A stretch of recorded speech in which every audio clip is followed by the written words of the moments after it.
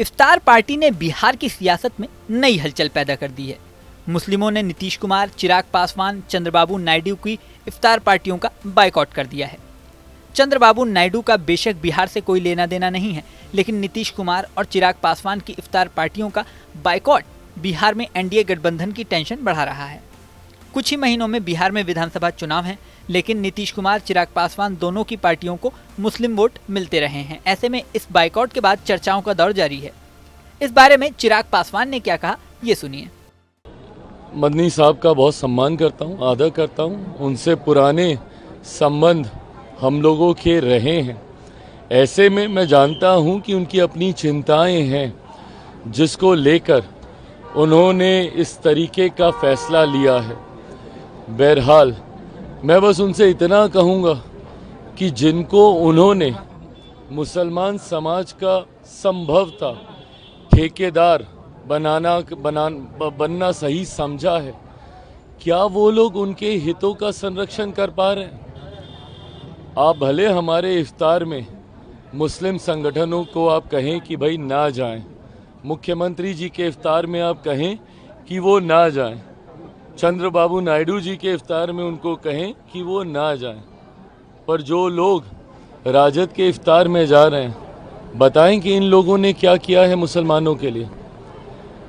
इन लोगों से भी तो सवाल जवाब किए जाने चाहिए ना, जो अपने आप को सो कॉल्ड मुसलमानों का ठेकेदार समझते हैं, उनके हितों के संरक्षण करने वाला समझते हैं। पूछा तो इनसे भी जाना चाहिए कि लंबे समय से सत्ता का हिस्सा ये लोग रहे, क्या मुसलमानों की स्थिति में सुधार आ गया? लंबे समय से राजद जैसी पार्टियां, सपा जैसी पार्टियां जो अपने अपने राज्यों में सत्ता में रहीं, क्या किया इन लोगों ने मुसलमानों के लिए?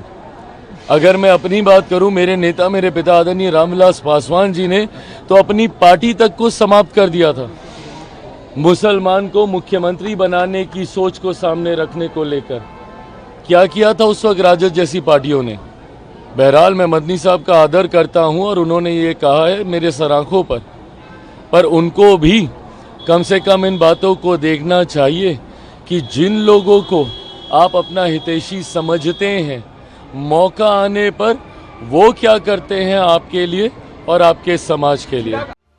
वहीं बीजेपी ने भी इस तरह की बात कही है। बीजेपी ने कहा है कि आरजेडी ने मुस्लिमों के लिए क्या किया, मुस्लिम समुदाय के लोगों को इस पर विचार करना चाहिए। दूसरी ओर राजनीतिक पंडित इस बात का हिसाब लगाने में लग गए हैं कि बिहार के विधानसभा चुनाव पर इस बायकॉट का क्या असर पड़ेगा। बिहार में 7 से 8 महीने में ही विधानसभा चुनाव होने हैं।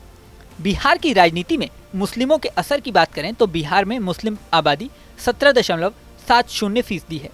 साल 2023 में आई जातिगत जनगणना के मुताबिक बिहार में मुस्लिमों की संख्या कुल 2,31,49,925 है। बिहार में इस्लाम दूसरा सबसे बड़ा धर्म है। MY फैक्टर के आधार पर ही लालू प्रसाद लंबे समय तक सत्ता में रहे थे। अब आगामी विधानसभा चुनाव में क्या होता है, ये देखने वाली बात होगी। इस वीडियो में फिलहाल इतना ही। बने रहें न्यूज नेशन के डिजिटल प्लेटफॉर्म पर।